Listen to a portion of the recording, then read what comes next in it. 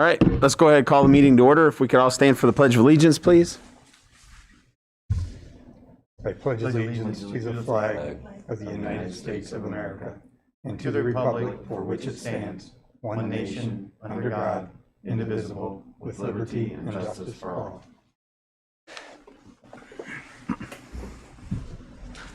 Okay, roll call, please. Mrs. Espiritu? Here.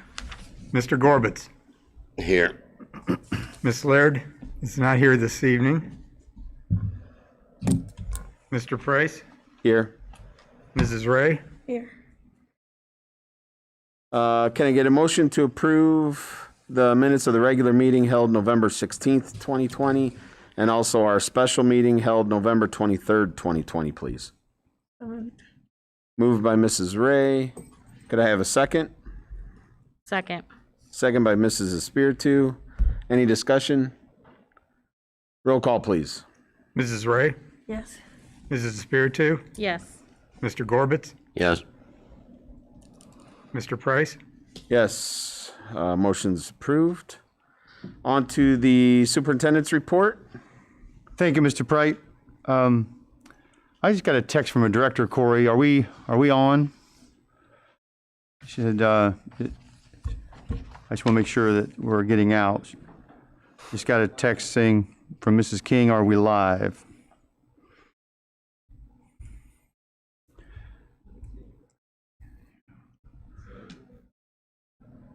So make sure we're getting out into the world.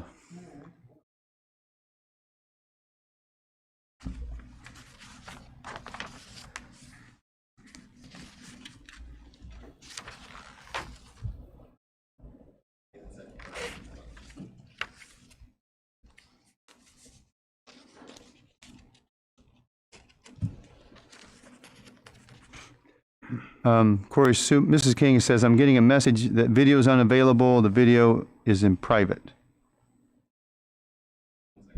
Okay.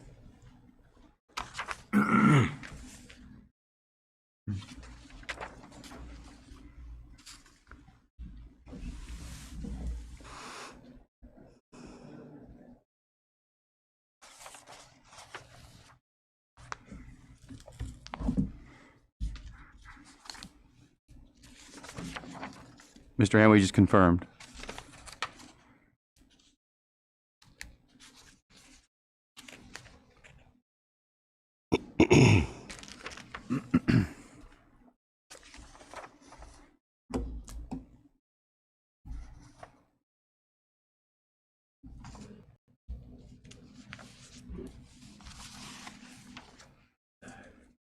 It's okay? We should probably start over. Okay.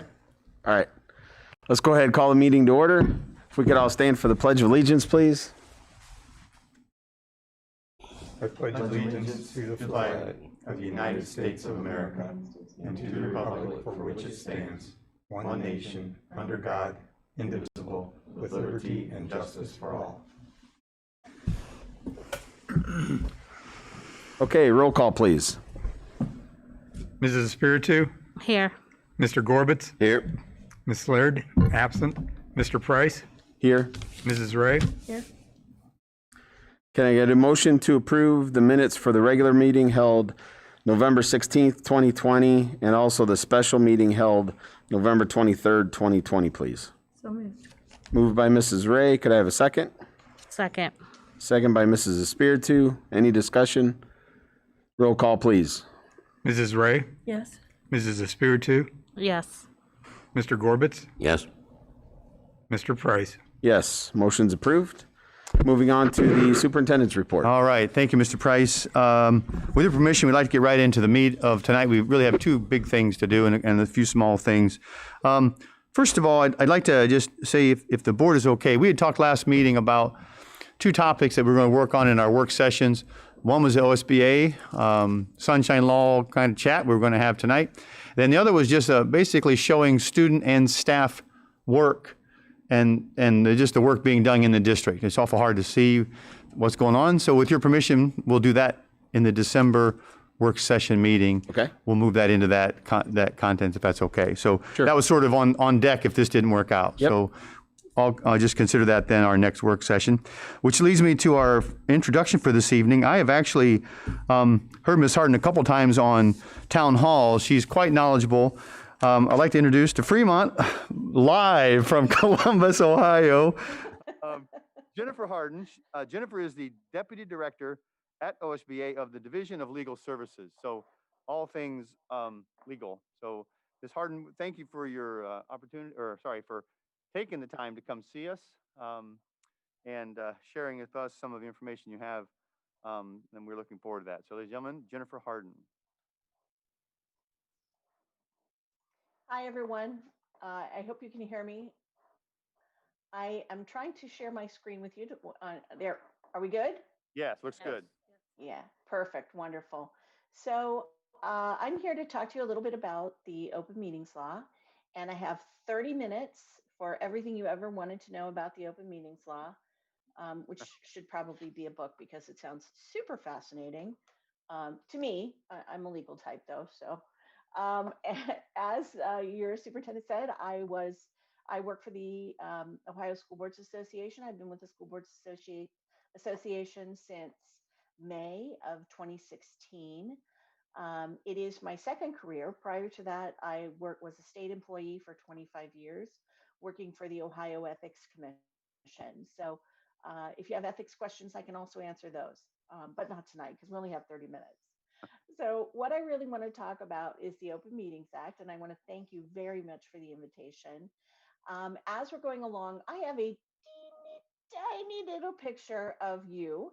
So if you want to ask questions, please stop me and ask questions. You may have to kind of wave your hand around a little bit to make sure that I see it. And unfortunately, I can't see anyone's name tag. So I'm just going to say, someone has a question, and you jump in at that point. So what we're talking about, again, as I said, is the Open Meetings Act. And I'm going to be referring both to the Open Meetings Law and to Fremont's policies that deal with the Open Meetings Law. And then right at the end, I'm going to run through a couple of other policies. As I was going through your policy manual anyway, I picked up a couple of other policies that I thought might be interesting for you to look at. It's always good to review policies every once in a while. And these are policies on things like the board's role, board staff communications, board staff relationships. So I'm just gonna laundry list those at the end. I'm not gonna go through them, but if you have any questions about them after today, you're absolutely more than welcome to call me or call one of the policy staff at OSBA, since you are using OSBA's policies, and we'll be happy to help answer those questions. So with that, let me jump into the Open Meetings Act. And what I'm going to talk about first are the three primary requirements of the Open Meetings Act, which are that you have to provide advance notice of meeting of all of your meetings. You have to do full and accurate minutes for each of your meetings. And you need to make sure that your meetings are open to the public. And we're going to break down each of those individually as we move forward. Your policy BD, specifically states the board transacts all business at official meetings of the board. These may be either regular or special meetings. So we're going to talk about each of those, what the differences are, what's required of each, and how they function. We're going to talk about other kinds of meetings as well. So the place to always start is at the very beginning, right? There's a song like that, isn't there? So we're going to start at the beginning with what is the definition of meeting. And you'll see that there's an asterisk, and that asterisk indicates that this definition is only for Ohio Open Meetings Act purposes. There may be other definitions of meeting that are certainly accurate, but don't apply in this context. And right away, I should apologize. Both of my dogs have decided that my office is the place that they want to be, and they're both shaking and moving around. And so if you hear clattering or, God forbid, barking in the background, I'm apologizing in advance.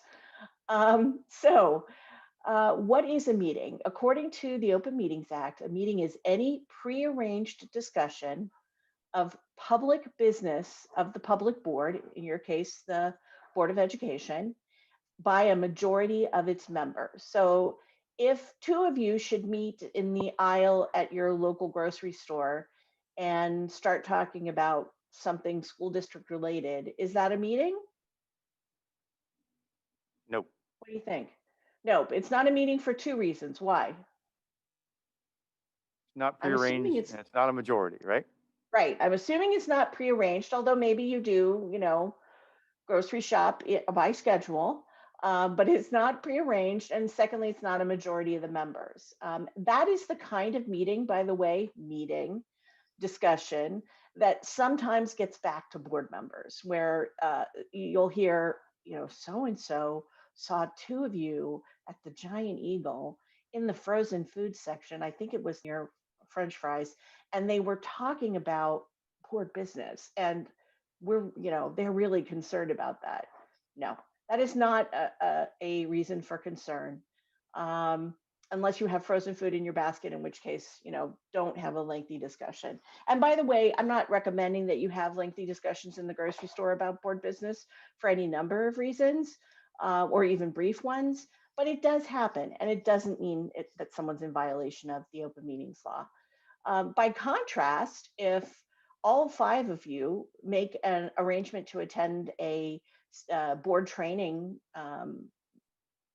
seminar, and you've prearranged it, that all five of you are going to be there, and during lunch you decide to start talking about board business, do you have a meeting? Yes, no? Yes, then it's a meeting because it's prearranged, it's a discussion of public business, and it's a discussion by a majority of the members. Even though it's impromptu in terms of the fact that you didn't plan to discuss that, it was a prearranged meeting, it does involve a majority of the members, and it is the public business. So those are the kinds of things that people need to be kind of wary about. So let's talk about some specific examples of what could be or maybe are not meetings. So the first one is just a group of board members sitting together discussing board policy. Is that a meeting? What do you think? If the board gets together to talk about policy, is that a meeting? Yes. Yes. Yeah, it's a meeting. Anytime a board committee or subcommittee, like finance, policy, buildings and grounds, whatever your subcommittees are, anytime those groups get together for a prearranged discussion of the board's business, which board policy certainly is, that is a meeting, whether it's 2 or 3 board members on a subcommittee, or 4 or 5, 3, 4 or 5 board members at the board meeting.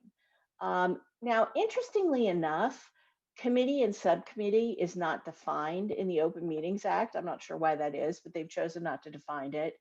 But a committee is any group that the board forms to make decisions, to discuss things to make recommendations to the board. What if you have a committee that involves 5 board staff people, say the superintendent and 4 other staff people in the district, and 2 board members, but it is a committee formed by the board? Is that a board committee? Yes, it is. Even though it's composed of fewer than 5 members of the board, fewer than a quorum of the board, and the 2 members don't form a quorum of that committee, it would still be considered a board committee to which the board has chosen to appoint other people. And those meetings have to be noticed and they have to be public. What about superintendent committees? Do you all have superintendent committees? Yes. Yeah, if the superintendent has created a committee and the members of that committee are reporting to the superintendent, that's probably not going to be considered a board committee or subcommittee. The only exception to that would be if the board has directed the superintendent to form the committee specifically for the purpose of discussing board business with board members on it. In that case, you may be kind of blurring those lines a little bit and might need to be a little more careful. There is an Attorney General opinion from 1994 on committees of public bodies. That's 1994 OAG 096. And that reminds me, would you all like for me to email to Ira, to the superintendent, links to all the documents that I'm mentioning in my presentation tonight? Yes. Yes. Okay. I need to make a note to do that or I will surely forget. All right. So the next question, is it a meeting? If you have a retreat or a work session, I know you're having a work session tonight, is that a meeting? And I'm happy to see that you do treat it as a meeting. Some boards are not quite so good about that and need a little reminder that even when you are calling something a retreat or a work session, if it is a prearranged meeting of a majority of the board members to discuss board business, it ticks all of the boxes for the definition of meeting for the Open Meetings Act, and it is subject to all of the requirements of the Open Meetings Act. So even if you're not going to take action, you've made a decision that at this meeting, we're not going to take any official action. We're not going to vote on a contract. We're not going to hire anyone. We're not going to make any fiscal decisions. We're just going to review things. It's still an open meetings and it has to be treated as such. It doesn't require you to take action to fall within the definition. Now, sometimes people say, well, what if we what if we decide not to meet in the board's office or the boardroom, but we've chosen instead to meet off-site? We've chosen to meet in a event facility, or we've chosen to meet at the Capitol Conference, assuming it's in process or in person. Does that follow the definition of a meeting, or is it not a meeting since it's outside the district? Interestingly enough, there's no law that says you have to meet within your district or even potentially within your county. You can meet anywhere in the state and it can still be considered a public meeting if it ticks all those three boxes. Does anyone have any questions at this point? Here's the last example of a type, or actually I've got two more, something that sometimes might be questionable about whether it's a meeting. Let's say you have a levy on the ballot or you're planning to put a levy on the ballot next year and there's a levy committee that's supporting the levy. If board members attend that meeting, does that meeting become a public meeting? And this is one of those situations where it depends on what the members do. Because let's say 3 members attend what is a prearranged meeting of the levy committee. You've got 2 boxes ticked. So the only question is whether any of those 3 members is engaged in discussion of the levy and what the levy is doing. If you're going to have a board member go to the levy committee to talk about what the levy hopes to achieve, to make sure that the levy committee members know what they're doing when they support it and have answers to all questions, you should do probably one of 2 things. One, either limit the number of board members to less than a quorum, a majority, or 2, select one person to be your spokesperson and have the other people not participate in the discussion. And even in that case, you might want to think about having the superintendent or the treasurer be the one who's actually talking to the levy committee and sharing the board's position. You don't want anyone to later question what the levy committee has done and it's just such an easy target. Why would you put it on your backs if you don't have to? Can the board members be present as observers? Absolutely. Just don't discuss board business. That's fine. Finally, what about emails and texts? Does everyone remember the court case that came out about 4 years ago involving emails and texts? Is that familiar to you? The case was White v. King, and it involved 4 members of a school board who were writing a letter to the editor via text with the assistance of the superintendent of and the treasurer. Now, notice I said 4 members. The 5th member wasn't too happy about that because the letter was about him. So he sued the board and said that they had violated the Open Meetings Act, because they had discussed this letter among themselves via email. And the Supreme Court of Ohio agreed. The Supreme Court of Ohio said any kind of discussion by a majority of the members of a public body, even if it's not in person, even if it's done electronically via email or text, can be a public meeting. So what we've told folks is to be cautious. Make sure if you're sharing emails, and emails are totally appropriate for things like hey, the meeting that's scheduled for next Tuesday, I'm not going to be able to make it. Or among the members, we need to reschedule this meeting. We need to have a special meeting. And I'm trying to get a sense of everyone's schedule. But what do you want to do when you're replying to those emails? Anyone? What button do you not want to push? Oh. Reply all, exactly. The best thing to do is to reply to whoever is gathering the information. If it's the treasurer, the superintendent, the board president, reply just to that person with the answer to the question so that that person can compile the information and move forward without any question of violation of the Open Meetings Act. Now, if the subject of the email truly is when will people be available for a special meeting, the likelihood is even if you do reply all in that case, it's not going to be considered a discussion of board business. But the cautious approach is to avoid any question whatsoever just by not using that reply all button.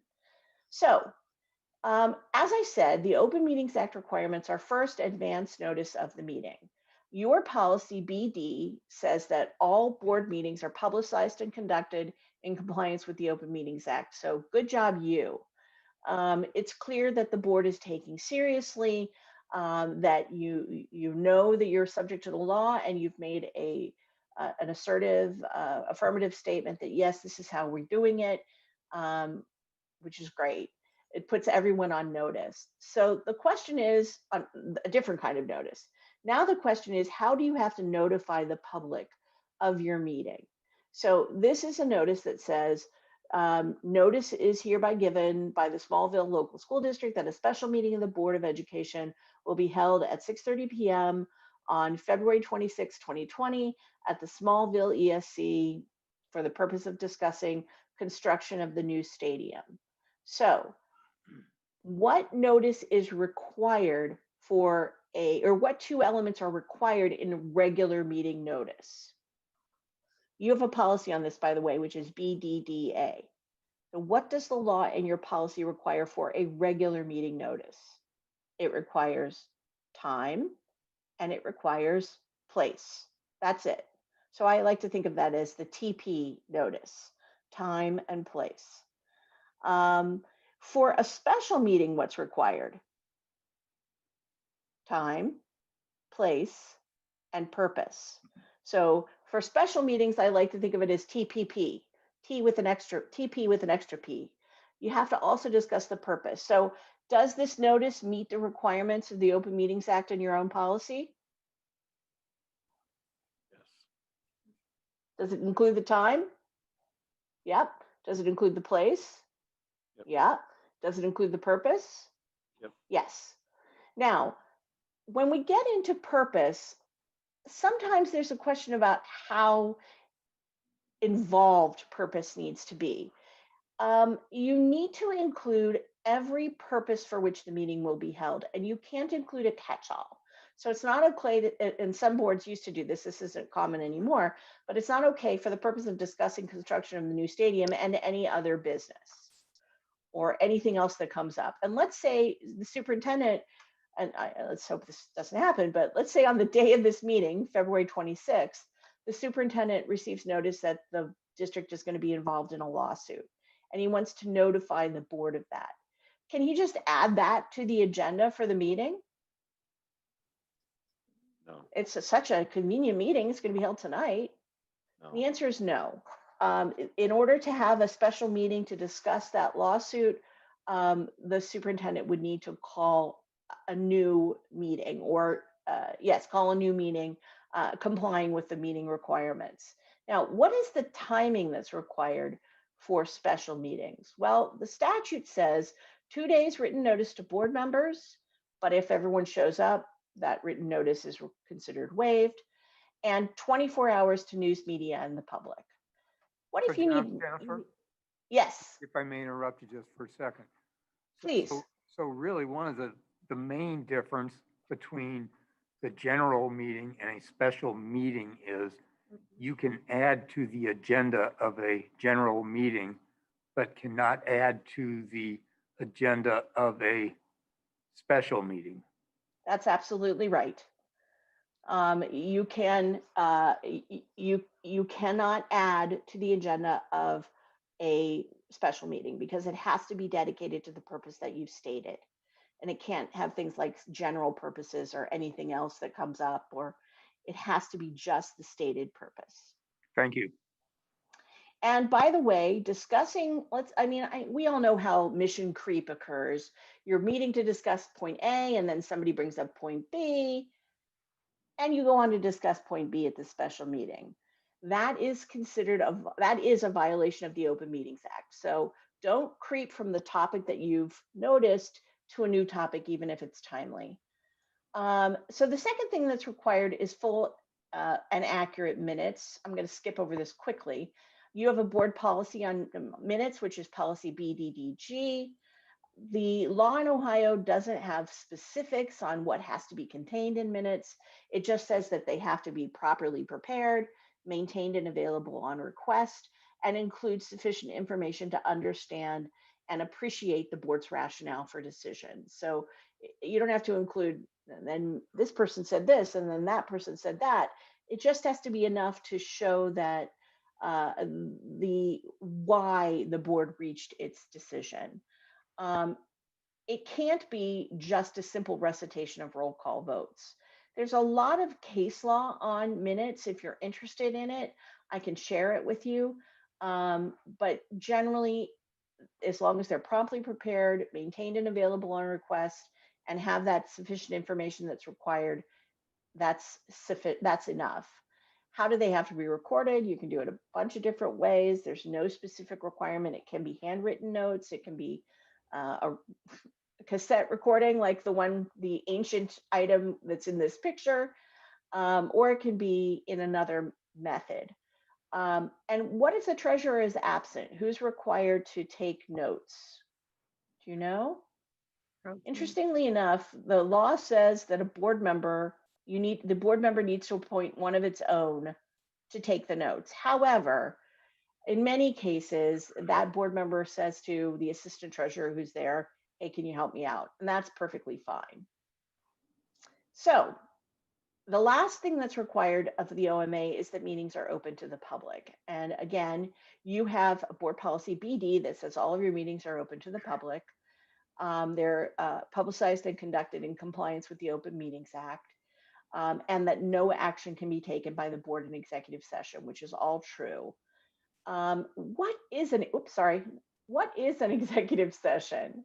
Jennifer, Yes, before you go to Uh-huh. executive session, so yes. if the board is appointing a treasurer pro tem, is that something that they can do at the beginning of the year for the whole year, or do they need to do it by meeting? That's a really good question. I don't know that I've ever looked at that. I think I'd have to go back and look at the language of the statute, which I can't do right now. I would think that you could do it at the beginning of the year, but let me check and get back to you. Is that okay? That's fine. That was my thought, but I wasn't real sure. Yeah, I guess the only problem would be if the president pro tem or the treasurer pro tem was also absent. The treasurer's absent and the treasurer pro tem is. But let me check. A point for year. That's a good question.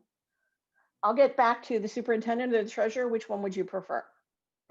Treasurer's fine. Okay, great. TR. Got it. So executive sessions. Executive session, of course, is a closed discussion by the members of the board of matters before it. Who can attend?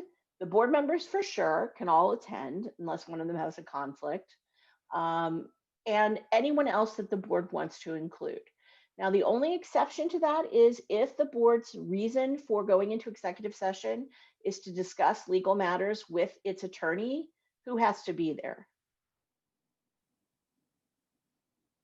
The attorney has to be there. So you can't go in, you can't use that pending legal matters reason for executive session by itself. It has to be pending legal matters with the board's attorney there as well. Can the superintendent and treasurer be present? Absolutely.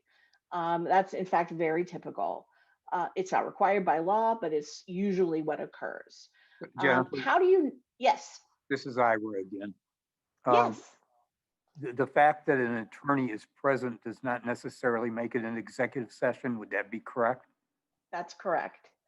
Yeah, unless the attorney is discussing something that is privileged, or discussing a pending lawsuit. I believe the pending lawsuit is specifically mentioned in that section.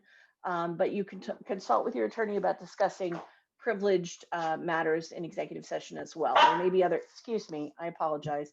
There may be other bases for conversations with your attorney in Could you executive define session. pending lawsuit? A lawsuit, I think it says it anticipated or pending. I apologize again. It means that a lawsuit's been filed against you, or you've been notified that it may be filed against you. Okay, thank you. Sure, absolutely. Go ahead, Vi. I got another question, Jennifer. Go ahead, Vi. Yeah, yeah, please go ahead. Um, a attorney being present, does that mean they have to be physically present? Is it possible to have like a teleconference, a live teleconference with the attorney during the meeting? Where there's Oh. communication, but not Yeah, I physical think presence? in present day, the answer is yes, because of the current situation. I would think that, although I don't know that we've discussed this specific, current situation for the attorney to be present by a conference call. Generally, however, we have recommended that the attorney needs to be present in person. And along those lines, let's talk about the reasons you can go into executive session. There are 8 of them. I think there are 8, but let's talk about the ones that are most likely to occur for you. First, of course, is appointment, employment, dismissal, discipline, promotion, demotion, or compensation of a public official or employee, or the investigation of charges or complaints against a public official, public employee, public official, licensee, or regulated individual. Specifically for your case, regulated individual is defined to include whom? Students. So that is probably the main reason that boards go into executive session. Then there are purchase or sale of property, conferences with attorney to discuss pending or imminent court action. It could also be you taking the court action, by the way. It's not just situations where you're sued. It's also situations where you're the plaintiff. I should have mentioned that. Collective bargaining matters, matters that are confidential by law, security and emergency response matters, and confidential information for economic development assistance. Things that aren't permissible are things like RIF or general personnel policy discussions. That's an area that people get confused about. If you're not talking about a specific individual, the likelihood is that it's not within that employee category, G1 of the executive session area. Bond levies and bond levy campaigns, tax levies and levy campaigns, hiring a lawyer. It's so funny when people recognize that they have to interview their potential lawyer in public session, but that is the way it's done. So what about a parent's complaint about a teacher? Is that appropriate for executive session? Yes. Yes. Yes, it is, because it falls within that first category. What about a student discipline matter? Yep, that one also is. I thought I heard a yes, sorry. Law firm interviews, I guess I gave that joke away. No. Necessary budget cuts? Probably not. Board members off-duty misconduct? If it falls into the investigation of charges or complaints against a public official, it may not if it's off-duty misconduct. Board vacancy interviews? Yes, because that's part of the appointment of a public official. What is the appropriate response and who should be making this response if the board veers off course in executive session? So let's say we're in executive session, we're talking about the one issue that we've told people we're going into executive session for, and somebody says, there's something else I wanted to talk about with the board while we're all together. Even if it's an appropriate matter for executive session, should you go ahead and talk about it? No. No.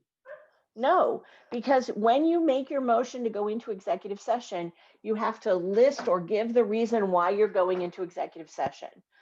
So if you're going in to talk about that pending lawsuit with your attorney who's present, and then you remember you want to talk also about a complaint about a teacher, you really can't switch to that. You need to go back out, make another motion, then go back in. I know it seems like a lot, but it is what's required. Jennifer, All just right. one question on that. This is Tom Price. Um, Yes. if you call that you're going into executive session and you list multiple reasons, is that possible? Yes. Okay, Yeah, as long as you list absolutely. it, as long as you list it before you move into executive session. Yes, and Tom, and thank you for asking that question because I meant to say that. If you know for sure you're going to be talking about things that fall into 3 different categories before you go in, list Right. all 3. Okay, thank you. All right. And it really, if that starts to creep, it's the board, it's the president's role to say, you know, we're off topic. We need to return it. And honestly, I know it's hard to listen to somebody say, hey, we're doing something wrong. But it's not personal. It's just a requirement of the president's function, and that's the way to handle it. That's the best way to handle it. Okay, so is executive session legally confidential? I mean, you're going into a separate room, or you're turning off the cameras, or you're foreclosing everyone else from being present. So it must be legally confidential information? Not necessarily. Um, I should tell you that OSBA believes that because of the relationship relationship among the board members, it's best to treat all information discussed in executive session as if it were legally confidential and not to disclose executive session discussions. But as far as the law is concerned, and by that I mean the law that prohibits board members from discussing or disclosing confidential information, some matters that are discussed may not fall within that definition. There's a new Ethics Commission advisory opinion that was just issued earlier this year. It's 2020-02, in which the Ethics Commission explains this concept. And basically what it says is if it's statutorily confidential, there's a statute that says you have to keep it confidential, for example, or we give notice that the subject is confidential and confidentiality is necessary for the proper conduct of government business. In that case, all that information that's discussed in executive session has to be kept confidential, and failing to keep it confidential can result in criminal charges against anyone who discloses or uses the information. One good example of that second kind of info would be if the board is negotiating purchase of property. We know that's an executive session topic. You're negotiating and you've decided to set a baseline that you're not going to go over. You know, we'll go up to this dollar value and not above it. That may not be statutorily confidential, but as long as you share amongst yourselves, we're going to keep this just with the board, the superintendent and the treasurer.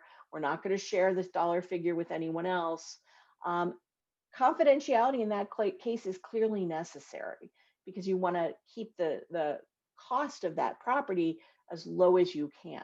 So that's an example of something that would be not statutorily confidential, but appropriately designated as confidential, that a board member should maintain confidentiality. Does anyone have any questions about that?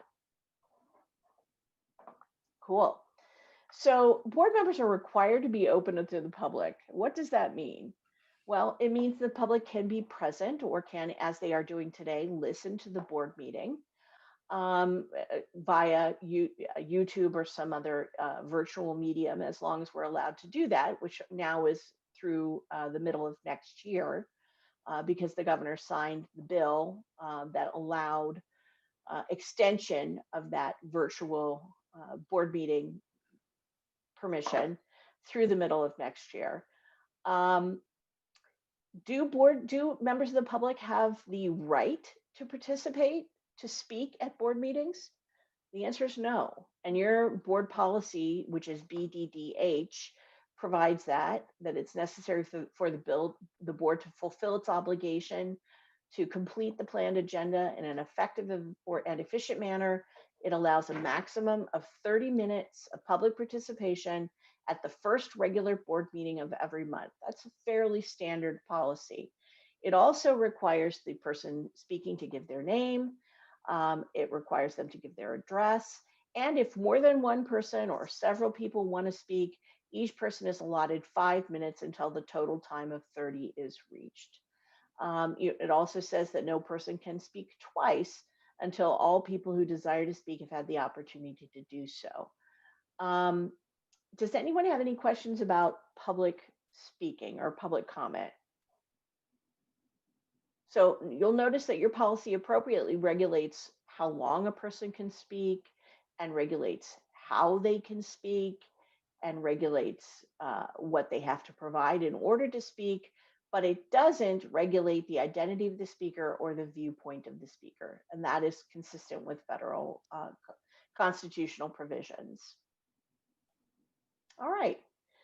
That's everything I had about the Open Meetings Act. Does anyone have any questions before I just laundry list the other things I wanted to mention to you? I do one, Jennifer, just a quick situation. We had a groundbreaking ceremony before we started building our elementary schools. All the board was invited. The board president spoke, just greeted the crowd. But that would not be necessarily a board meeting, I would guess. I would assume not. It's a ceremonial function. Yeah. There wasn't a discussion amongst the board members about board business. Even though one of the board members spoke and made some public comments of presumably a ceremonial nature, that's not sufficient to make it discussion of board business. Thank you. I don't see any issue with that. Anyone else? All right. So the last couple of policies, and as I said, this is just, I was going through the board's policy manual, and I saw a couple other things I wanted to mention.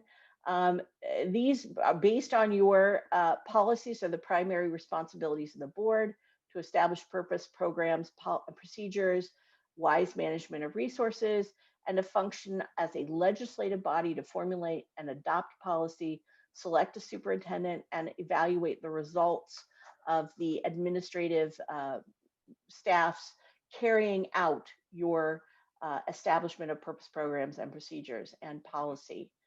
The policies that you have that govern this area are BBA, which is your board members, each board member's powers and duties. This talks about things like the board functions as a whole, individual board members don't act on behalf of the board, those kinds of things. BBAA, which gives you a little bit more specificity about that. And then BBF, which is your code of ethics, which, by the way, in most districts, including yours, goes beyond the ethics laws to include other kinds of considerations. So you might want to look at those. And then regarding board staff communications and relationships, you have policies BCCD, which describes the board treasurer relationship, and BCD, which describes the board superintendent relationship. And of course, both of those policies talk about the fact that your relationship as the board is with the treasurer and with the superintendent, and then that person's relationship is with everybody else. And then if there's conversation, they're the bridge between the board and everyone else who works for the district. That's really everything I wanted to cover. I'm happy to enter, board staff communications, BG and GBD, which are essentially the same. If anyone has any questions for me, I'm happy to entertain them. And of course, I'd be happy to give you my direct line number if you have any questions for after today.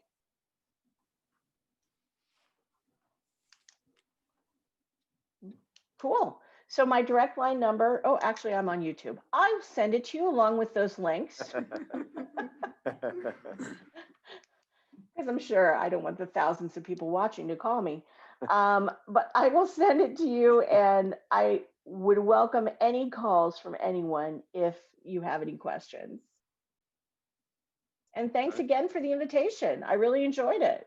Thank you, Jennifer. Thank you, Jennifer. Very well done. Yes, thank you very much. Excellent. I'll stop sharing my screen now. You can look at something else. All right. Bye. Bye-bye. Thank you.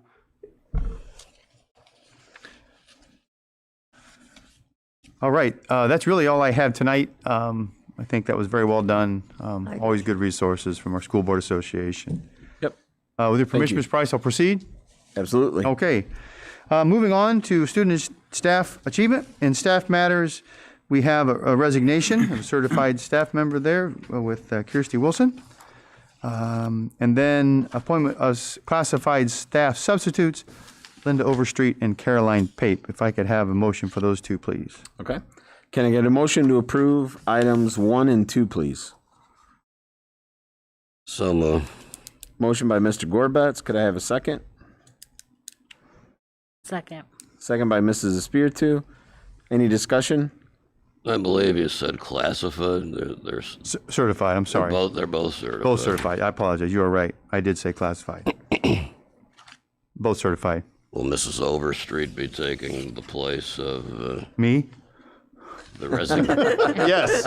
Here's the keys, Linda. Not The so. person who resigned up Yes. in previous pay? Yes, sir. Okay. Roll call, please. Mr. Gorbitz, Yes. Mrs. Spiritu, Yes. Mrs. Ray, Yes, Mr. Price. Yes, motion's approved. Thank you very much. That's all for my portion of the That's all program for you. tonight. Okay, we'll move on to the report of the treasurer. Ira. I'm going to start with, well, so item 4 is I'm looking for an extension of appropriations for additional grant funds coming in, and that will help pay for the school buses that we have approved. Okay. So that's item 4. But we're going to regress now to item 3.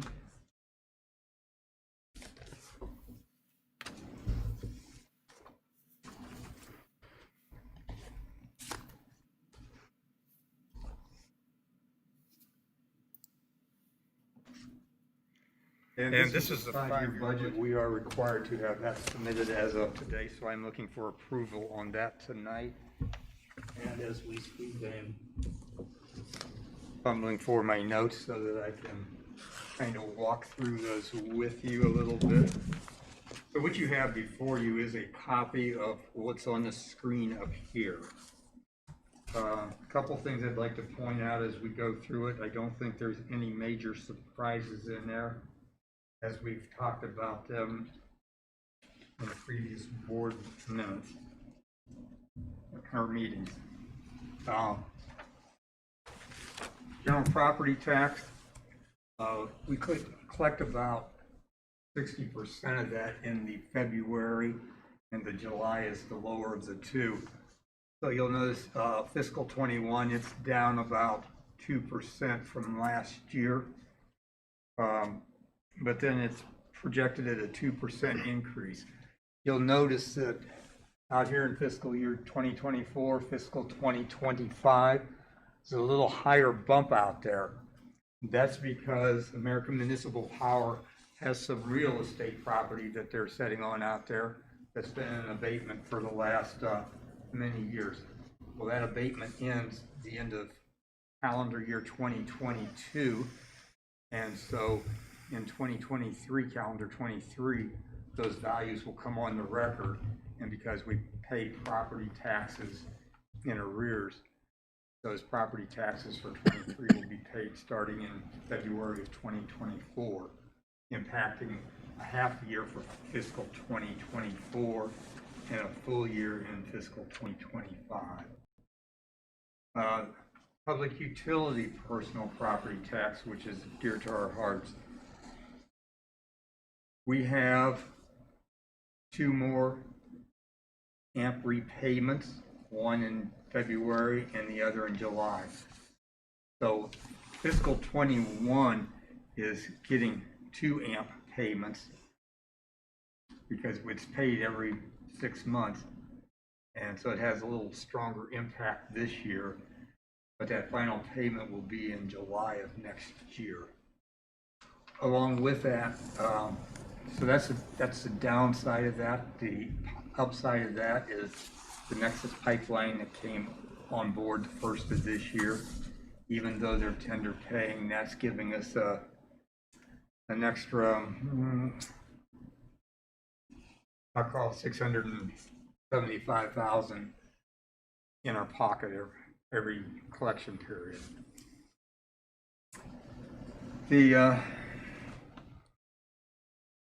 You'll notice on income tax, our income tax levy runs out the end of calendar year 23. So you're only seeing a half-year collection for fiscal 24. Nothing in 25 at this point. As you look down lower on the page, you're going to see where those numbers pop back in.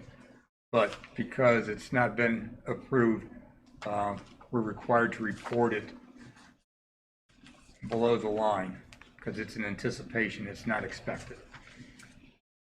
Line 1035, unrestricted state grant and aids. That's our foundation payments.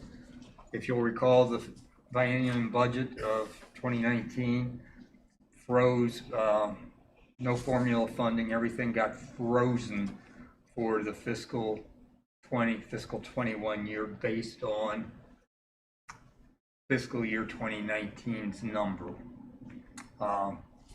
Subsequently, in May, because of the pandemic, we took a 4.27% reduction for fiscal 20, and we've taken that same hit for fiscal 21. The word that we're hearing from ODE is don't plan on any increases other than going back to that basic fiscal 2019 number. So you'll see these down a little bit, but then you're seeing it just steady across the board the rest of the 5-year projection. Any questions with what I've said so far? That's probably the heart and soul of the resource side right there. Moving down to the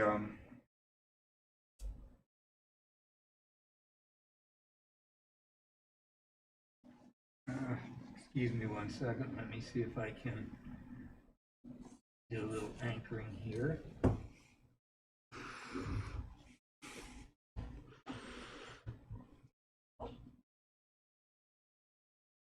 So moving down to my expenditure side, you'll notice that personal services, which is basically our employees' paychecks, and our employee retirement benefits. Those are the two big lines. We literally, for this 5-year forecast, have went back and looked at every position and every salary and stepped it out for the next 5 years of what we anticipate that wage level to be. Along with that, I have built in a 0.5% wage increase for all those years, or for the next 2022 through 2025. There was no wage increase for fiscal year 2021.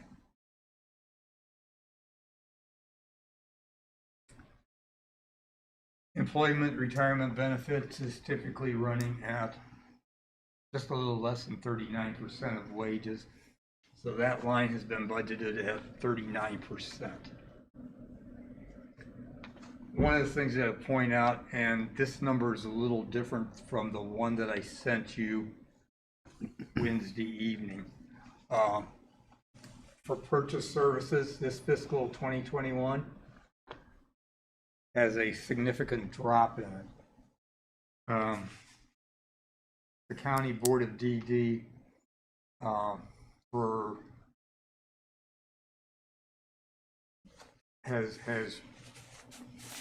is not billing us for services we are getting this year. So that's a cost savings for us, a plus. But you'll notice, going back to 2022, I don't anticipate them being that gracious next year. So numbers have been bumped up and then increased a little bit.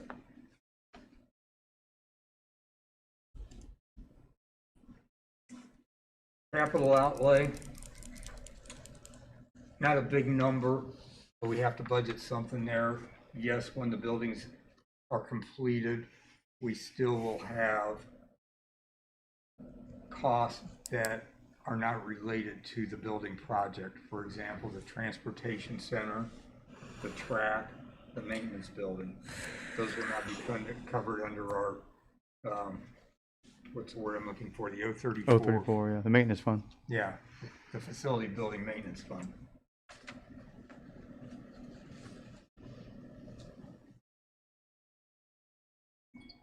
Just going back up for a second, this 2.08, that's my total revenues.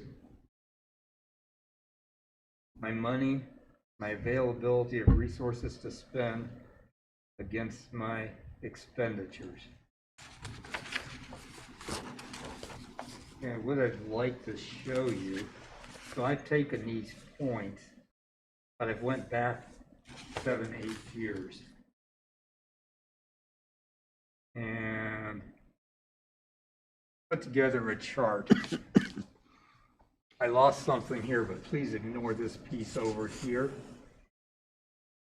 So the red is my expense line, and you won't see it on the page I gave you. So this is extra. Sorry, Alex. So the green is my revenue line, and if you'll notice in fiscal year 17, we crossed over. So since fiscal 17, we have been overspending, and the gap continues to grow. That's a concern to me. I'm going to express that to my board. I am concerned. Let me go back up to the sheet that you have before you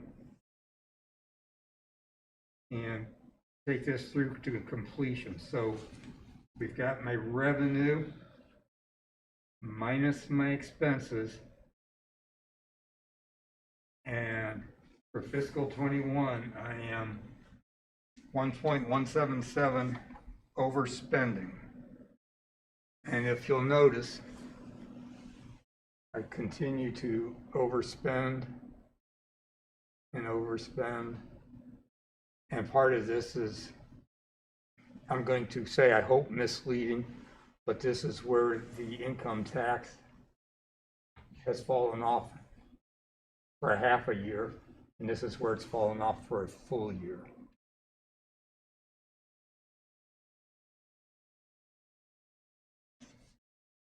So when I get down to 10.01 line, my cash balance at the end of fiscal 2021, I'm anticipating just a little shy of 3 million left in our coffers out of the general fund. Keep in mind, the 5-year forecast talks about the general fund. That's the fund specifically for the education of our children.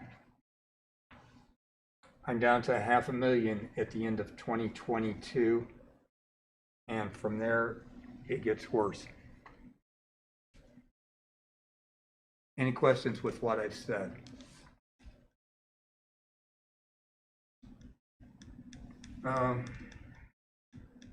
What I'd like to do, if you take a look at this line 1101, that's the other half of that income tax and the full year down here. So assuming that levy gets approved by the district and those revenues continue coming in, you're going to see that even with that, it's changed from being this to a little less, but still in the red.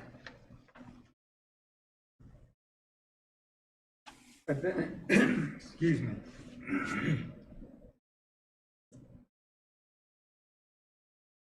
So I have been in the district now for a little over 1.5 years. I've had time to start looking at things and processing things. And when I look at things like, I showed you the one chart, here's another chart. This chart is just talking about my gap starting fiscal 21 and where I'm projected to be going out to fiscal year 25. Notice the gap is increasing.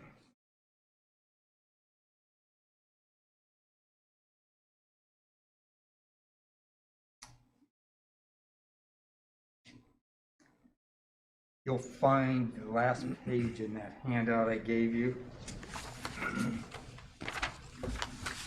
Some things to think about. We got through, and I don't mean for this to be a gloom and doom meeting, but I need to express to you my concern where our financial health is today. And I wrestled with that all weekend because I know there's some things that could come into play and make it look a little better. I just don't know what a little better looks like. The sheet that I just gave you talks about pluses and minuses that we've experienced. I call it my economic highlights. So that biennium budget of 2019, that was a negative for us. We got no increases, but that's not something I can quantify up there. I can quantify the reduction in our foundation payments for fiscal 20 and 21. That's that red number of 756. I can quantify the wellness and success dollars that we were given for fiscal 20 and 21. I can quantify the ESSER's monies that we were giving at the start of the pandemic of 783. The CARES relief funds for 191, the broadband for 71, the county grant for 100,000 that we're using for buses. I can quantify the rebate that I'm getting back from the Bureau of Workers' Comp in November and December at 650,000. I can quantify my AMP repayment, what it did for me in fiscal year 2020 and fiscal year 21, and that last payment in fiscal 2022. And if you'll notice on that, I put just the general fund portion, because if you added those numbers up, it does not add up to 4.1 million. The balance of that impacts my PI fund and impacts my bond funds. The Nexus pipeline. I talked to the auditor's office. They told me what that Nexus netted for my first payment in January, February of 2020. I did a little extrapolation of that number and reduced it by about 13.5%, because that 13.5% will go to my bond funds and my PI funds. That's a plus, because we got that, and that wasn't in any previous years that we had. Unfortunately, the downside of that is what we didn't get, because they're only paying 47% of the value, the 676, which means we've lost that second red line of 763.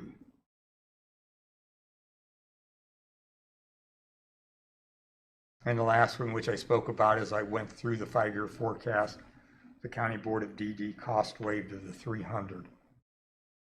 And so if you just look at those, for fiscal year 2020, it still left me down a little bit, $500,000. But if you look at fiscal year 2021, that's an extra $1 million in revenue there. Most of that being grant money, and that's one of the things that I skimmed over, and I apologize. But if I go back up here,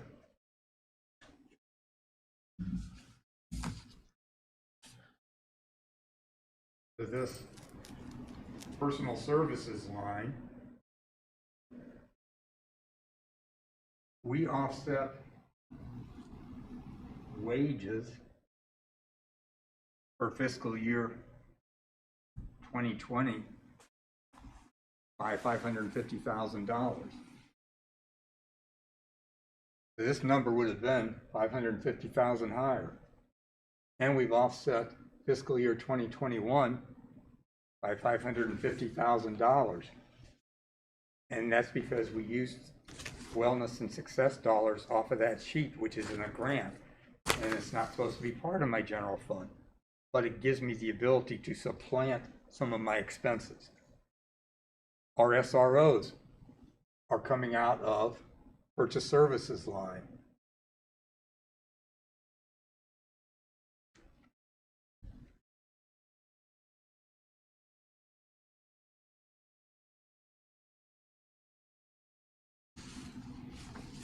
And putting together the forecast and trying to think about what to present this evening or how to present it,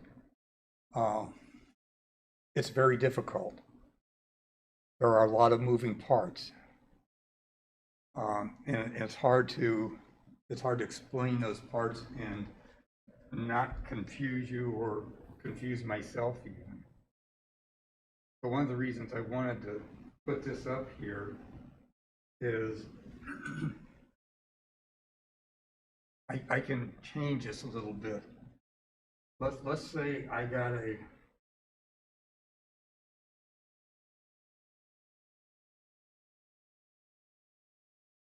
let's remember this number on this 7.02 line is 493 and this minus 1575.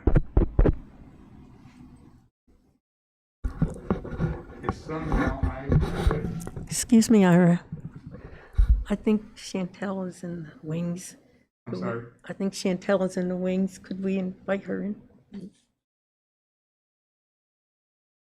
Not Chantel. Oh, I'm sorry. I can't tell. Sorry. That's okay. Give me a chance to breathe. I'm so sorry. Let's say I am able to add, and I'm just going to pick a number. If I could add $1 million,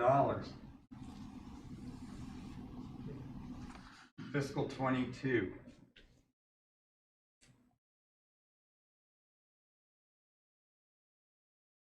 Look what that does to my cash balance. That would get me all the way out to fiscal 23. I'm still in the hole, but what I'm trying to point out is we just talked about $1 million in funds over here that we've got that we're supplanting, and we're still in the red, and we're continuing down that road. And I could do the same thing down here on my expense side. I could drop a number in to reduce an expense. I don't know what that answer is. I've got thoughts, but I think we have to start seriously looking at what can we do to increase our revenue, or what programs are we willing to eliminate to reduce expenses. Not a thing any board wants to hear. I guarantee it's not a thing the superintendent wants to hear. And I guarantee it's not some message I want to deliver, but that's what you hired me for. And it's not an easy message to deliver.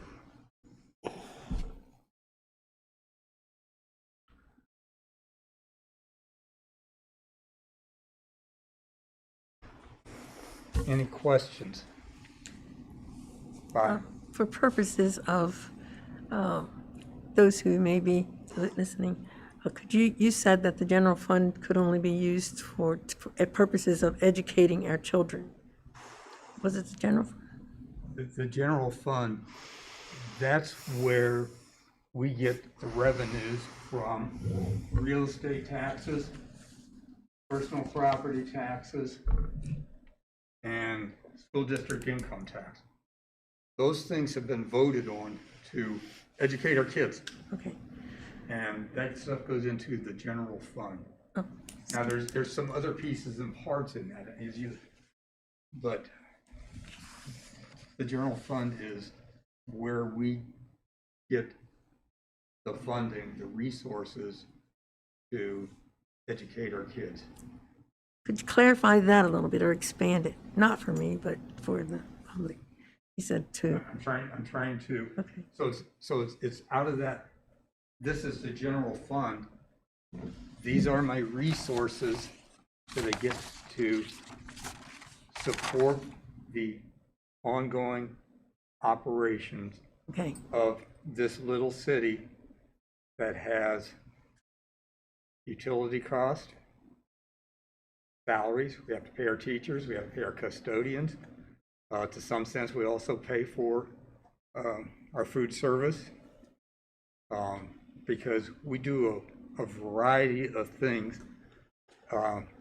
When I look at the school district, I really think of us as a little town within a town. We got all the same stuff going on. We have all the same headaches, we've got the insurance, but this is the general fund fee.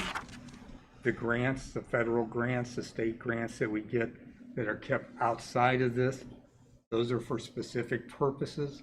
They have to be used for those specific purposes. Now, having said that, and I'm going to point to the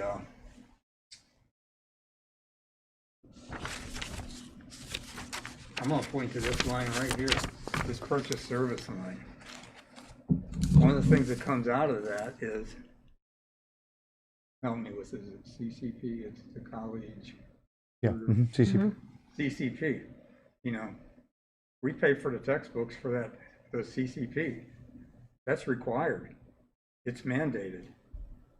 Or we don't get any real contribution back. And most of our financial substance, if you please,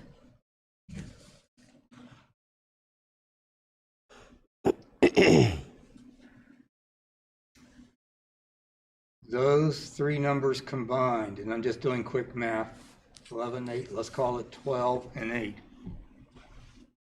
That's $20 million. The $20 million versus 16 that the state gives us. And I would add this to my 20 million, so call it 21.3 versus my 17.6. And if this state foundation line stays level, that gap that I showed you, it just gets worse. Our resources, our revenue does not grow with inflation. Guess what our expenses do? Grows with inflation.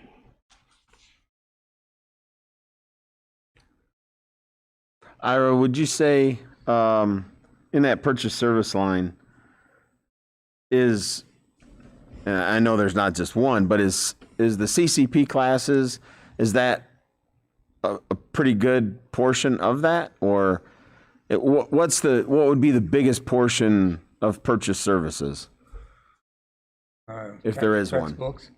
What's that? Textbooks, I think, paying for the attendance at Bowling Green or whatever that institution of higher learning is that our kids are going to. In purchase services is our contract with ESC. ESC is a big piece of that. That's about a quarter of them. Yeah. And then also, if you remember the all the students that would go to a charter school, those dollars are run through there, Right. which is some of the legislation that's right in Columbus now. They're trying to change that, so it's a direct. It doesn't come through our budget if a child goes to okay. a charter school, which would be an improvement. But yeah, mostly We think as long as they don't take from our revenue side. right to do it. So right now, they give us, well, prior to the biennium of 2019, we were getting about 3,000 a student. Now they froze the formula, so it's you just getting a set amount, but we were getting about 3. But when a student leaves our district, they were taking back on the other side Right. $6,020. So if you do the math there, Killing us. Right. that's in the red right from the start. Right. So we're supplementing those outside pieces. One thing, just because you brought up CCP, I mean, I have a daughter who's a sophomore in college, and we benefited from her being able to take the CCP classes. So as a parent, Oh, it's a great program. man, I appreciate it. But from a financial standpoint for the district, It's tough. the hard part for me is that the state is telling us this is what we have to do. And I'm not saying it's a bad thing, but the problem is we're incurring all the cost for that. That's right. And it's to no benefit of the district, really. I mean, other than, yes, our kids are being educated with college level classes. However, they would get that when they go on to college anyway and pay the college that money instead of the district, the school district having to pay. I mean, when you have a junior going to take college level courses, where's the, yes, great that the student is becoming better, Right. or is having a tougher class. But when we as a district have to pay the same amount that someone who is beyond high school and paying the same amount for those credit hours, there needs to be, I think, more discussion at the state level saying, what can a district be charged? Because, you know, I mean, I'll just use Tara as an example because they're right here in our backyard. But I mean, I can remember my daughter being in some classes. Those classes were all high school kids from this area. That class wouldn't be happening on that college level if it wasn't for the high schools sending their kids that were offering that. I mean, and yet all the districts are paying for that to be done. I'm thinking, holy Yeah. cow, you know, from a parent, man, All great. about it. Yep. It's gravy because she's a sophomore in college, but she's almost really considered a junior, and we didn't even have to pay for some of those classes. That's right. But from a district level, the expense of that, whether it's the textbooks, whether it's the class itself, and also the fact that there isn't a lot of regulation as far as if that kid goes and takes that class and does horrible at it, you know, I mean, did they really better themselves by going to that college class, yet we're on the hook for it still to pay for it? And I think at that state level, somebody needs to look at that and say, wait a minute, you're taking away school funding. You're always giving public education the bad rap, always. I mean, just with this pandemic, and I get it, everything got cut for the most part. But man, you eliminate funding, you badmouth public education, you say, you know, we're going to have a voucher program or whatever you want to call it, or send them off to a charter school that does nothing or whatever. Yet you put us on the hook for more dollars that we have to put out. It's so unfair. It's ridiculous. And I get that, Tom. And unfortunately, that's not a piece I can control. No, right. Your 5-year forecast can't do anything about that. Fix it, Ira. However, the thing is, I would say school boards can, because we can talk to people in Columbus and say, come on, this is absolutely ridiculous. It's stupid. Well, It- more school boards need to do that then. But- I agree. And I'm not bad mouthing CCP at all. Please don't misconstrue that. Right. There's programs that we offer, but all those programs cost us money. Right. No, I agree. And we're gonna have to make a decision at some point. Right. I gotta increase my resources, or I gotta decrease my spending. And some of that spending we can't control. Some of that spending we have to do. That's We right. have to offer CCP. Yes. That's right. Not that I would want to cut that anyway, but I mean, there are so many things that we have to do. And that's where I have a problem with our wonderful officials down in Columbus. You know, they can spend all their time doing all kinds of stuff, but let's get down to the nitty gritty and just make it really simple. I mean, school funding is a hot mess anyway. Nobody understands it whatsoever. Why can't we just make it simple? Figure it out and let's do it. Ira and I had that conversation today. There are legislation pending on both the House and the Senate side to redo the funding formula. Call And Patterson. I'm praying hard that it gets some momentum. Yeah. The other thing that's frustrating is we are 30 staff members smaller than we were 2 years ago. We've got 30 positions. And our staff took a 0 increase Right. this last year. Right. Even with, which I think is a tremendous effort. And I think a lot of understanding on the part of both of our unions to try to work with us to keep this thing on track. Absolutely. And then to cut 30 staff and still have this kind of deficit is just very discouraging, very.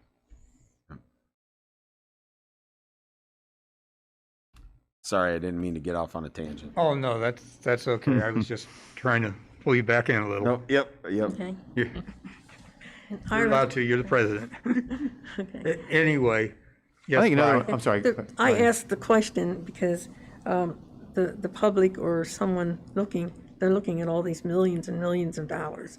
So they say, oh, they have lots of money. So that's why I wanted you to clarify, just, Okay, because everybody doesn't have, all and know the acronyms and know all the things. So that's why I asked, not for me, but for, so thank you for asking that question, and I hope you don't mind. I'm much more comfortable babbling when I'm walking. So I just did, literally yesterday, a request from the state for almost 500,000 of grant money, because we spent almost 500,000 in grant money in November or October. And now I'm asking them, based on those grants and where we spent it, to give me the money back for what I spent. And most of our grants work that way, is you have the grant, that wellness and success, that $1.6 million. I only get it when I spend it for the purposes it was intended, and I send a request in to say, I spent it, here's the categories I spent it in, please send this back to me. Now, currently, they've been pretty good about that, so in about 10 days into the next month, I'll get that. But at the same time, now I'm working on spending November funds. So yes, we do have money out there, but it's money that has been set aside for a purpose other than the tongue-in-cheek, the education of our children. Ultimately, it's all for the benefit of our children, but it's permanent improvement fund. I can't tap that to hire a new teacher. The bond levy, which, yes, we have a significant number of dollars out there in the bond levy. Right now, about, let's call it 30 million. But in about a year from now, I will have paid out 30 million to finish the completion of the building program. So those funds, even though it looks like this big coffer of money, it's already spoken for. It has to go for a very specific purpose. Does that make sense? I think that's helpful for our community to hear. Okay. I hate to go on my soapbox.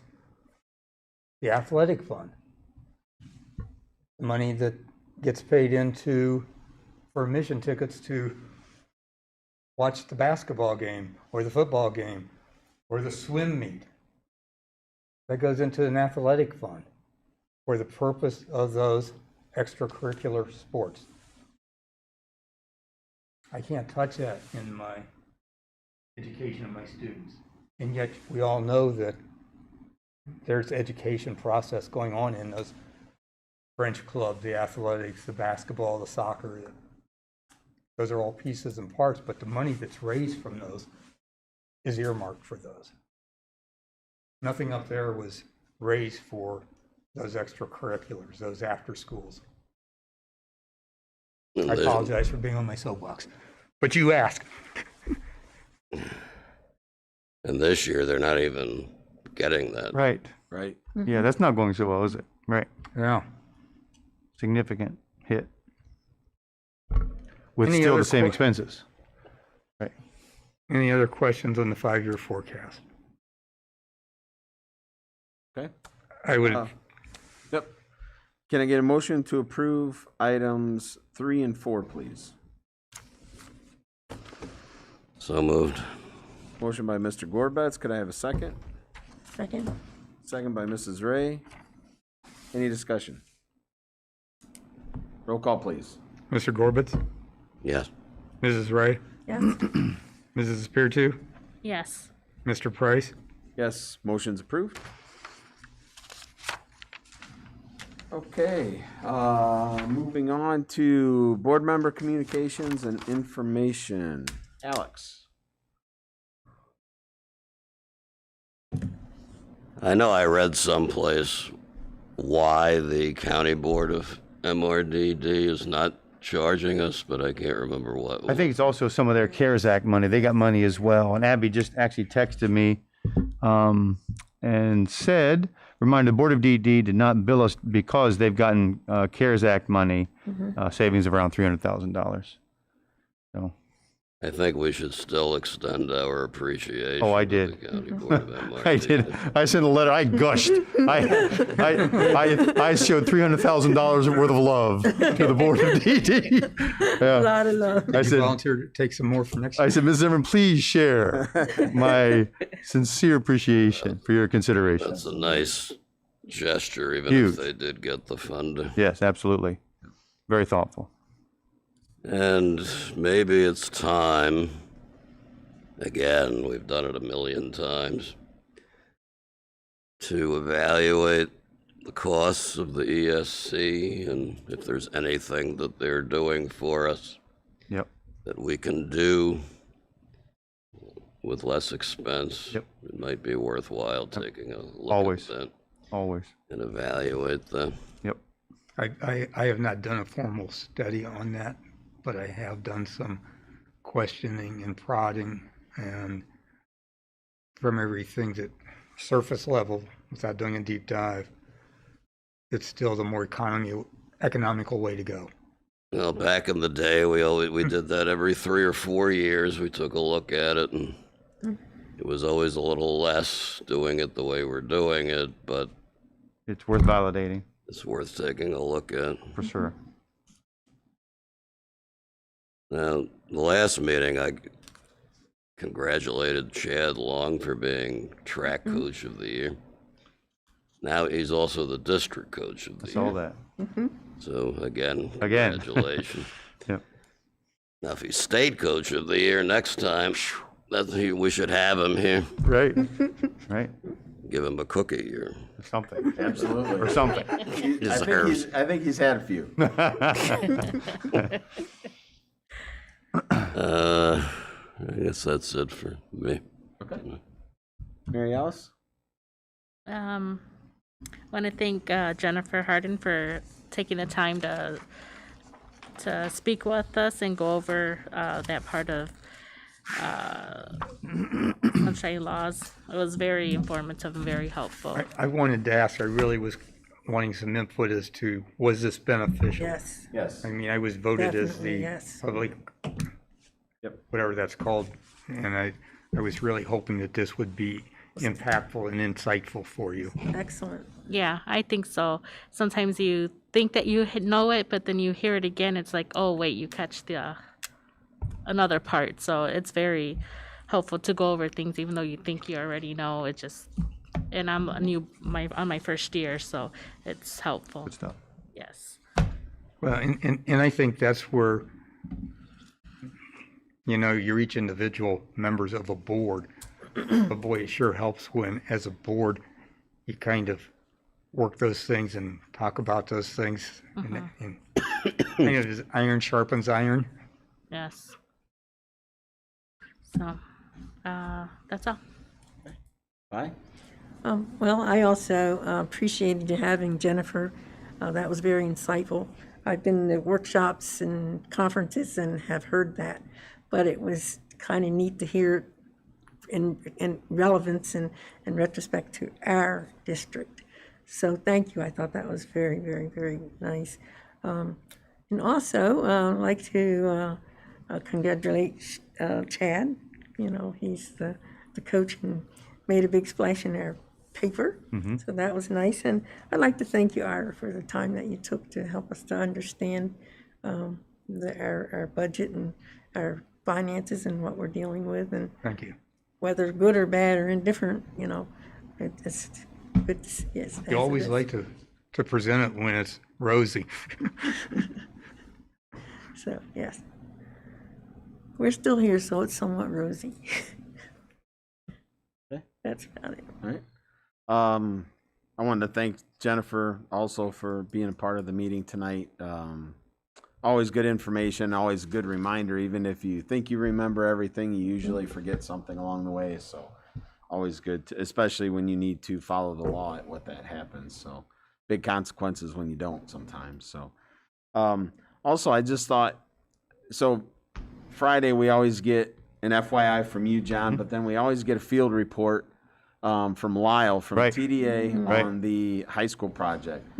And I always love looking at all the pictures through there. But this last one, looking at it, the way it's taking shape, I Amazing. love those pictures every week that we get from Lyle. It's amazing. It's just, and I know it's a great way to present things, especially if there's an issue with Right. something, so it's on the forefront for everything. Exactly.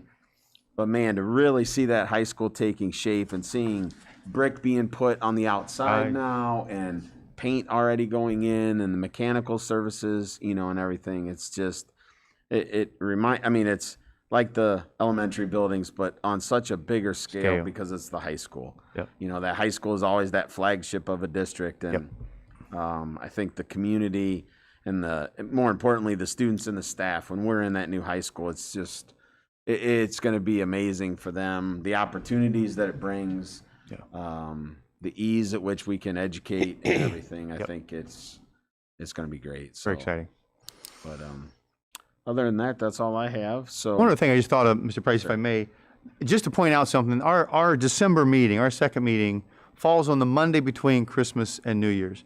Not that, we've had that on the schedule since January, but I just wanted to point out that is a time. That is, and in the school calendar, that's a tough slot. So I'm just throwing that out. I didn't know, we'll carry on, but I just want to make sure we're aware that is the Monday in between Christmas I and... noticed. Yeah, Mary Alice noticed. I'm glad I said something. I guess I would offer it up to all of us. We still have our first meeting of the month, which would be 2 weeks from now, Correct. correct? Yep. I don't have a calendar in front of me. I'll tell you in 1 second. 14th, 6 p.m. 14th. We can maybe discuss at that time, maybe, as we get closer. Yeah. We can, because we could always cancel that meeting. I mean, with it being in between Christmas and New Year's, if there isn't anything, it's more of a workshop type thing. So if there's nothing pressing that needs to be put on the agenda for that, as far as for you two are Right. concerned, that could wait till that first meeting in January. Why don't we, that first meeting in December, we can decide Chantel should be here, so we'd all be here. I'd hate to make that decision without all 5 of us here. Absolutely. But, there is that possibility if we wanted to, because of it being in the middle of the holidays and stuff, that I know it's a busy time for everybody. So that let's put that on the agenda if we could for that. Absolutely. For discussion, if that's okay with everyone else.